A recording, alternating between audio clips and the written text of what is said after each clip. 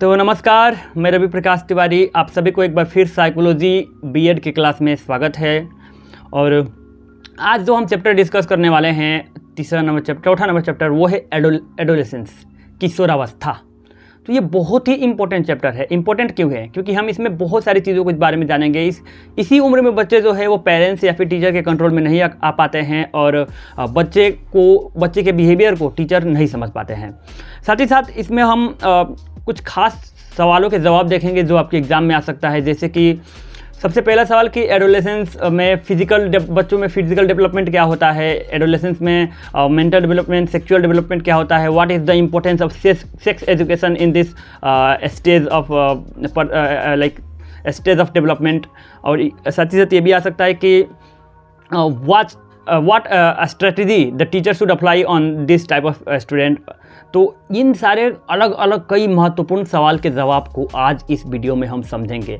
और मेरा जो वीडियो होता है, समझाने का जो वे होता है, वो ऐसा होता है कि हम एक कहानी के थ्रू समझे, ना कि एक बोरिंग लेक्चर की तरह, है ना, कि थियोरिटिकल हम चीज़ों को नहीं समझाते हैं, हम प्रैक्टिकली समझाते हैं जो आपके क्लास में यूज़ होने वाला है। और आप अपने दिमाग का यूज़ करके उसको एग्ज़ाम में और अच्छे से यूज़ कर सकते हो। कुछ रटने की भी ज़रूरत नहीं पड़ेगी। हाँ, कुछ चीज़ें तो भाई एग्ज़ाम के लिए रटनी पड़ती है, क्योंकि बड़े बड़े नाम होते हैं, मुझे भी खुद याद नहीं होता है, तो मैं खुद आगे लिख के लाया हूँ और जब एग्ज़ाम पड़ेगा तो मैं याद करके जाऊँगा। तो ये जो वीडियो है वो मैं सामाजिक वाले जो आरवी डिस्कशन माइंड चैनल है उस पर भी डाल सकता हूँ, क्योंकि ये बहुत इंपॉर्टेंट वीडियो है, सबके लिए है। ठीक है, चलिए शुरू करते हैं इसका डिस्कशन। सबसे पहले जो एडोलेसेंस शब्द जो है, किशोरावस्था जिसका हिंदी होता है, एडोलेसेंस जो है एक लैटिन वर्ड से बना हुआ है, लैटिन भाषा का एक शब्द से बना हुआ है, जिसको एडोलेसरा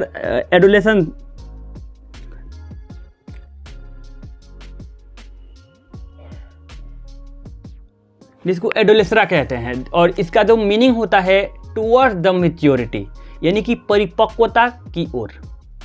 तो ये जो एडोलेसेंस का हिंदी मीनिंग होता है परिपक्वता की ओर, जिसका लैटिन एडोलेसरा होता है। तो कुल मिलाकर के यहाँ से पता चलता है कि एडोलेसेंस क्या है। अब देखिए, इसमें कुछ लोग जो है बहुत इंपॉर्टेंट बात बोले हैं, और ये आपको हर जगह मतलब पढ़ने को मिल जाएगा, सुनने को मिल जाएगा, जो कि बहुत बड़ी बड़ी बातें हैं बोले हैं। सबसे पहले जो बात बोले हैं वो है स्टैनली हॉल ने कहा है। देखिए, स्टैनली हॉल एक बहुत ही सिग्निफिकेंट फिलोसोफर रहे हैं और इसमें काफ़ी अच्छे से स्टडी किया है। उन्होंने कहा है कि adolescence is a period of great stress and strain and strife. ये क्या? ये बहुत बाहरी भरो शब्द लग रहा है, लेकिन इसका अर्थ बहुत ही क्लियर, आसान है। ये जो अवस्था होता है किशोरावस्था, इसमें बच्चे जो है काफ़ी ज़्यादा स्ट्रेस में होते हैं, उनके अंदर ख्यालों का तूफ़ान चल रहा होता है, स्ट्रेन बहुत ज़्यादा होता है, वो फैमिली से फाइट कर रहे होते हैं, क्योंकि उनकी जो एक्सपेक्टेशन होती है, उनकी जो बायोलॉजिकल और जो सोशल डिमांड होता है, वो पेरेंट्स के डिमांड से, सोसाइटी के डिमांड से मैच नहीं करता है। इसलिए इस उम्र में कॉन्फ्लिक्ट भी बहुत ज़्यादा होते हैं। इसलिए उन्होंने इस बात को कहा है, जिसको हम भी अभी डिस्कस करने वाले हैं आगे। देखिए, और एक जो है वो ब्लर जोहन ने, और उनके साथ एक और भी है सिम नाम के जो है व्यक्ति, इन दोनों ने कहा है कि ये जो किशोरावस्था है, यानी कि एडोलेसेंस है, it is a transition phase of childhood and adulthood. अब यहाँ पे समझिए, चाइल्डहुड मतलब जो बच्चा वाला हो गया, एडल्टहुड मतलब 18 से बड़ा वाला। तो ट्रांजिशन यानी इन दोनों को जोड़ने का काम करता है, यानी कि ये भी बहुत महत्वपूर्ण स्टेज है, क्योंकि इस स्टेज में जो बच्चे हैं वो मेंटली रूप से अपना ग्रो होते हैं, और जो इनका फिजिकल और मेंटल ग्रोथ होता है वो पूरा कंप्लीट हो जाता है इसमें। ठीक है, सेक्सुअली भी वो पूरा तरह से डेवलप्ड हो जाते हैं।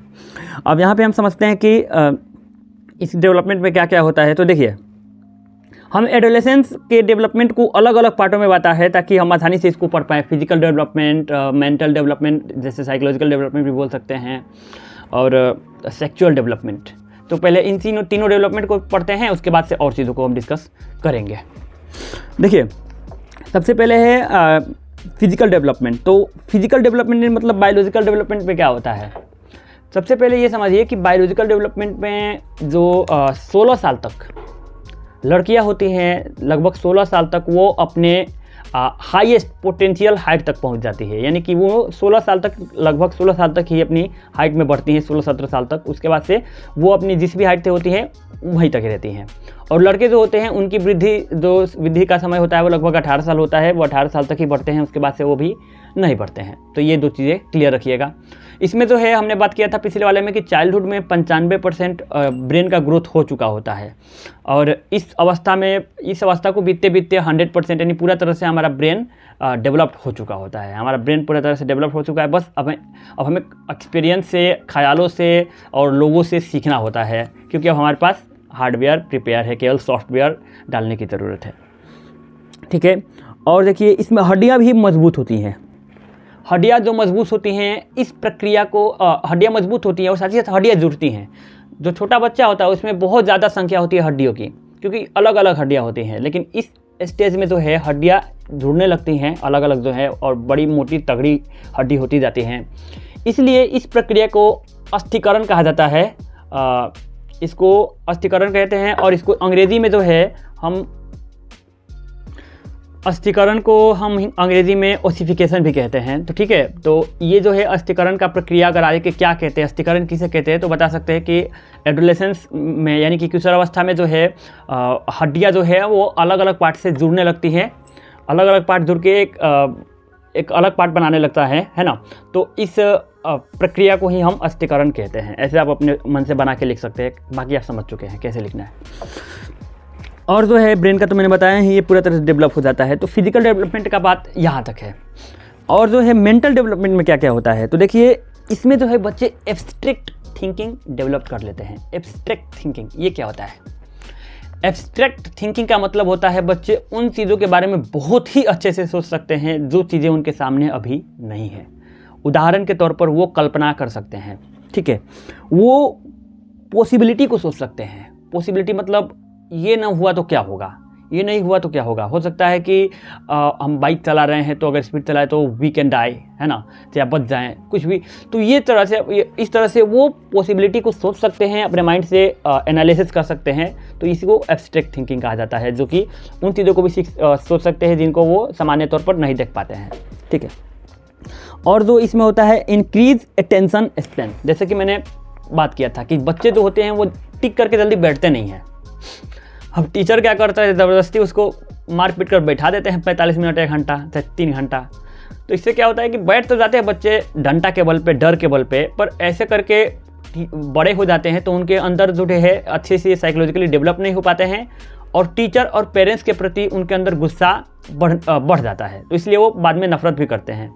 इसलिए बच्चों को उस समय खेल खेल में पढ़ाया जाना चाहिए, हमने पिछले वीडियो में भी बात किया था। और इसमें जो है थोड़ा सा अटेंशन स्पैन बढ़ता है। बच्चे को अगर टिक के बैठाओगे तो बैठ जाएंगे बिना डरे ही। लेकिन फिर भी आजकल ये जो सोशल मीडिया है ना, स्क्रॉलिंग रील वाला, ये सबका अटेंशन स्पैन घटा रहा है, include children to the adult, everyone. Okay, अब यहाँ पे इसमें बढ़ता है अटेंशन स्पैन, साथ ही साथ हाई कॉग्निटिव एबिलिटी। पिछले में भी हमने बात किया था कि इसमें उनकी कॉग्निटिव एबिलिटी डेवलप होती है, लेकिन वो डेवलपिंग अवस्था में भी थी। अब यहाँ पे वो हाई एबिलिटी पर पहुँच जाती है। High ability in the sense बहुत अच्छा से डिसीजन ले सकते हैं, मतलब अच्छा से इन द सेंस उनका ब्रेन पूरा तरह से प्रिपेयर होता है अच्छा से डिसीजन लेने के लिए। तब आप कहोगे यार, तब 18 साल के बच्चे पूरा अच्छा से डिसीजन क्यों नहीं ले पाते हैं? ऐसा इसलिए है क्योंकि उनके पास अभी अनुभव नहीं है, अनुभव की कमी होती है। बाकी उनके ब्रेन जो है वो पूरा तरह से डेवलप हो चुका है, बस उनके पास अगर कोई अनुभव होता अच्छा पास्ट एक्सपीरियंसेस के बेस पे तो और अच्छा से डिसीजन ले पाते हैं। कुल मिलाकर के ये जो है हाईएस्ट डेवलपमेंट में माना जाता है डिसीजन मेकिंग प्रोसेस को, प्रॉब्लम सॉल्विंग प्रोसेस को, कॉग्निटिव लर्निंग, इन सारी चीज़ों को। इनमें बच्चे जो है बहुत सीखते हैं, उसको लंबे समय तक याद भी कर पाते हैं और बहुत जल्दी सीखते हैं। ठीक है, तो इसलिए इसमें कॉग्निटिव डेवलपमेंट भी बहुत जल्दी होती है। साथ ही साथ अब सेक्सुअल डेवलपमेंट के बारे में भी बात कर लेते हैं। सेक्सुअल डेवलपमेंट के बारे में बात करने से पहले मैं बता दूं कि इसमें जो है इस उम्र में अट्रैक्शन, फिजिकल अट्रैक्शन बहुत ज़्यादा बढ़ता है। इस उम्र में हार्मोनल चेंजेस के वजह से लड़का और लड़की अपोजिट जेंडर जो होते हैं वो एक दूसरे की तरफ अट्रैक्ट होते हैं, और ये अट्रैक्शंस को अगर टीचर और पेरेंट्स नहीं समझते हैं so it can create very significant complication in their life, in their society. because if they will not have the proper sexual awareness, then they might have like undesired pregnancy, and there are so many diseases they can have. So it is very significant time to discuss about this like sensitive topic for the child in our society, जहाँ पे हमारे society में लोग इस sexual awareness के बारे में बात नहीं करना चाहते हैं, लेकिन यहाँ पे एज ए टीचर हमें शुरुआत करना होगा और हमें बात करना होगा। और मैंने तो कब का शुरू कर दिया है, हम अपने लेवल से बात कर रहे हैं और कोशिश कर रहे हैं कि लोगों को इनके बारे में अवगत कराया जाए। अब चलिए अब बात करते हैं कि इस सेक्सुअल डेवलपमेंट में क्या क्या होता है। तो देखिए, सेक्सुअल डेवलपमेंट में फिजिकल अगर बात करें तो सेक्सुअल डेवलपमेंट दो प्रकार का होता है। एक होता है प्राइमरी सेक्सुअल डेवलपमेंट और एक होता है secondary sexual development. Primary sexual development में होता है, प्राइमरी मतलब प्राथमिक, और जो सेकेंडरी मतलब पता नहीं, द्वितीय इंग्लिश में मुझे पता है, ठीक है। प्राइमरी सेकेंडरी आप हिंदी देख लेना। तो प्राइमरी में जो है सेक्सुअल डेवलपमेंट का वो पार्ट को हम रखते हैं जिस पार्ट की वजह से कोई फीमेल जो है वो मदर बनती है और कोई जो मेल है वो फादर बनता है। तो इसमें क्या होता है कि मेल में, इसमें प्राइमरी सेक्सुअल डेवलपमेंट में मेल के अंदर पेनिस साइज़ इंक्रीज़ होता है और फीमेल के अंदर जो है ओवरी का साइज़ इंक्रीज़ होता है। मेल के अंदर जो स्पॉन है वो बनना शुरू हो जाता है और फीमेल के अंदर वो जो अंडाणु है वो बनना शुरू हो जाता है, ठीक है। और बायोलॉजी का तो मैं स्पेशलिस्ट नहीं हूँ। और इसमें जो है मेल में धीरे धीरे वो नाइटफॉल की समस्या देखने को मिलती हैं और फीमेल में जो है वो मेंस्ट्रुअल साइकिल शुरू हो जाता है, मासिक धर्म जिसको इंग्लिश में कहा जाता है। और इसके बारे में बच्चों को जागरूक करना, लड़का को भी और लड़की को भी बताना बहुत ही ज़्यादा ज़रूरी होता है, ताकि वो एक दूसरे के इस शारीरिक परिवर्तन को समझकर इसको अपने एक दूसरे के सिग्निफिकेंट चेंजेस को समझ करके एक दूसरे के प्रति करुणा और एक दूसरे के प्रति समझ रखें, ठीक है। हालांकि हमारे समाज में ऐसा नहीं किया जाता है। कई ऐसा माना जाता है कि इसके बारे में हम अवेयरनेस फैलाएंगे तो बच्चे इसके बारे में और ज़्यादा सीख जाएंगे गलत तरीके से, जबकि आप नहीं फैलाओगे तो और वो तो सीख ही रहे हैं, है ना। ठीक है, तो यहाँ पे ये कुछ डेवलपमेंट है। फीमेल में जो है ब्रेस्ट डेवलपमेंट होता है, क्योंकि चाइल्ड को दूध पिलाने के लिए तो चाहिए ना। तो ब्रेस्ट का मतलब जो दूध पिलाते हैं वो डेवलप होता है फीमेल में, और लड़कों में जो है वो। तो ये कुछ चीज़ें हैं मेल और फीमेल में जो प्राइमरी सेक्सुअल डेवलपमेंट में आते हैं।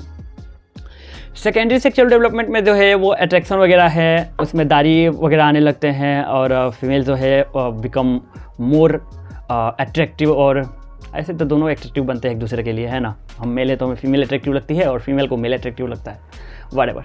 तो इसमें जो है फिजिकल चेहरे पे उनके निखार लड़कों के और लड़कियों के दोनों में आने लगते हैं सेकेंडरी में। और जो उनके वॉइस है वो, जैसे लड़कियों की वॉइस जो है उसका पतला होता जाता है और लड़कों का वॉइस और भी ज़्यादा मोटा होता जाता है। और and this is a very significant fact that I want to tell you that in research there are something found very special that the female like those sound which is heavy, यानी कि भारी आवाज़ वाले लड़कों को लड़कियां पसंद करती है। on the other hand the male like the girl who has the very thin, और जिसके पास बहुत हल्का लाइट साउंड है ना। हालांकि फीमेल और मेल के साइकोलॉजी के बारे में हम कभी बाद में बात करेंगे, अभी अपने सिलेबस पे आ जाते हैं वापस। तो हमारे सिलेबस में ये है कि सेकेंडरी सेक्सुअल डेवलपमेंट में भी ये सारी चीज़ें हैं लड़का और लड़कियों में जो डेवलप होती हैं, उनके हाइट वगैरह और उनके जो अदर फिजिकल चीज़ें हैं वो डेवलप होते हैं, which is beyond from the like reproduction. Okay, अब चलिए, अब हम सेक्सुअल डेवलपमेंट को समझ चुके हैं। अब इसमें साइकोलॉजिकली भी हमें बच्चों को अवेयर करना चाहिए। अब हम बात करते हैं कि सेक्सुअल अवेयरनेस का इस स्टेज में क्या ज़रूरत है, और इस स्टेज में एक टीचर को, एक पेरेंट्स को, माता पिता को अपने बच्चों को किस किस प्रकार से की जानकारियाँ ज़रूर देना चाहिए, चाहे वो तरीका जो भी अपनाए, कोई भी अपना तरीका चुनकर इसके बारे में जानकारी दें। देखिए, सेक्सुअल अवेयरनेस ना होने के कारण बच्चे जो है आखिर सेक्स के बारे में जान ही जाते हैं bye there friend, by the movie around them. तो सब कोई जान जाता है। अगर पेरेंट्स को ये मिसकंसेप्शन है ना कि हम नहीं बताएंगे तो नहीं जानेंगे, तो ये गलत है, वो जान जाते हैं। लेकिन आप बताओगे तो आपके पास अनुभव है, एक्सपीरियंसेस है, आप उस एज से गुजर चुके हो, तो आप अच्छे से समझाओगे। जबकि वो अपने दोस्त से समझते हैं तो उनको भी समझ नहीं है, वो भी कई सुनाई बातों को कहते हैं और ये भी कई सुनाई बातों को सुनते हैं और सुन करके एक बार चौंक जाते हैं। अजीबोगरीब चीज़ें मतलब पता लगती है, क्या ही बताऊँ, इतना अजीबोगरीब हम सब गुजरे हैं उस लाइफ से, आप याद कर सकते हो, है ना, उस समय को। तो बहुत ही अजीबोगरीब चीज़ें हमें पता लगता है कि ये भी होता है, अच्छा ये भी होता है। और this all we able to know by our peers, हमारे जो फ्रेंड्स होते हैं उनके थ्रू। और वो कहाँ से जाने, वो भी कहीं से सुन के जान गए हैं। और जो हमारे पास जानकारी होती है बाद में पता चलता है कि आधे से ज़्यादा जानकारी इसमें गलत होता है ना। तो कई सारी चीज़ें हैं। और इसमें जो है अनडिजायर्ड और अनवांटेड प्रेगनेंसी की भी रिस्क रहती है, because they are not aware about how a female become pregnant. कई बार आपने देखा होगा कि अलग अलग जगह पे जो है brother and sister become like brother make her sister pregnant because his sister pregnant, because कि उनको जानकारी नहीं होता है कि ये होता क्या है, ये चीज़ों के बारे में इतना ज़्यादा उनको अनजान रखा जाता है चीज़ों के बारे में। साथ ही साथ फीमेल जो है, अगर उनको मेंस्ट्रुअल साइकिल पीरियड स्टार्ट होता है तो वो अपने फैमिली में शर्म के बारे में बता भी नहीं पाती है कि what the physical changes she is passing through. और मेल भी है, भाई है या फिर कोई भी घर का लड़का है, उसको पता नहीं चल पाता है कि अच्छा फीमेल के अंदर ये भी चीज़ होती है। तो अगर उसको पता होगा तो वो उनके प्रति और ज़्यादा सहानुभूति रखेगा और उनके इस प्रॉब्लम को समझेगा कि ये एक बायोलॉजिकल प्रोसेस है। तो स्कूल में भी बच्चे को इस बात को बताना चाहिए ताकि वो जो है एक दूसरे के प्रति सहानुभूति रख सके कि इनको इन सारी प्रॉब्लम से गुजरना पड़ता है, तो हमें उनका इस परिस्थिति में साथ देना चाहिए, पैड वगैरह जो कुछ भी हो वो देना चाहिए ताकि बच्चे को गलत जानकारी ना मिले। तो इसलिए सेक्स अवेयरनेस बहुत ज़्यादा ज़रूरी है ताकि हमारे समाज में जो है किसी भी प्रकार का ये दुष्प्रभाव ना हो। और ये बिल्कुल गलतफहमी है लोगों की कि अगर हम इसके बारे में बात करना शुरू कर देंगे तो ये जो घटनाएं हैं रेप और बलात्कार, it will be increase, but it is not the reality. Even the discussion, the open discussion make it more light and make it more transparent and it reduce the possibility to this rape and other kind of criminal, sexual criminal। आगे बढ़ते हैं, बहुत हुआ। तो आप इन चीज़ों को समझ चुके हैं। अब हम बात करते हैं कि इसमें कॉम्प्लिकेशंस क्या क्या होती हैं। बच्चे जो है एडोलेसेंस में क्या क्या परेशानियां महसूस करते हैं, क्योंकि इस परेशानियों को भी as a teacher, as a parents हमें समझना होगा ताकि उनके परेशानियों का समाधान हम निकाल पाएँ। तो देखिए, सबसे पहले जो है वो बच्चे जो है वो एडजस्टमेंट में बहुत प्रॉब्लम होता है उनको, समायोजन जिसको बोलते हैं, प्रॉब्लम इन एडजस्टमेंट, यानी कुछ चीज़ों को एडजस्ट नहीं कर पाते। वो किताब में पढ़ते हैं कुछ और, फैमिली घर पे दिखाई देता है कुछ और, समाज में दिखाई देता है कुछ और, क्योंकि ये दोनों अलग अलग चीज़ें हैं।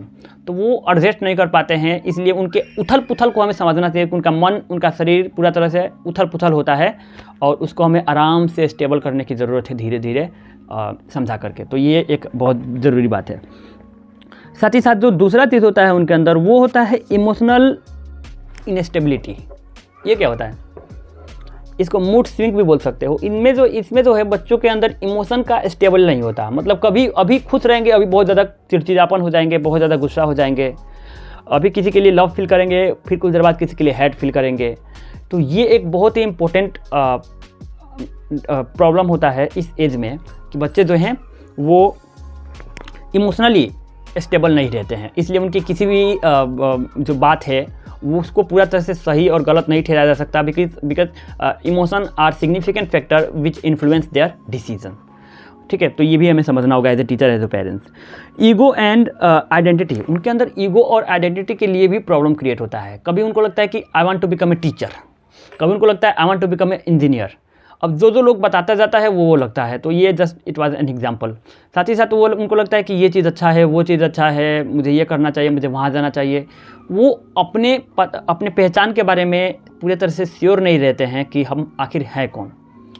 तो इसलिए इस उम्र में जो है बच्चों को उनकी पहचान, उनके कैरियर वगैरह ढूंढने में भी हमें मदद करना चाहिए एज ए टीचर। ठीक है, और जो है इसमें है रियल सेक्स एजुकेशन। जैसे मैंने आपको बताया कि रियल सेक्स एजुकेशन हमें बच्चों को देना चाहिए, ये तो हम डिस्कस कर ही चुके हैं।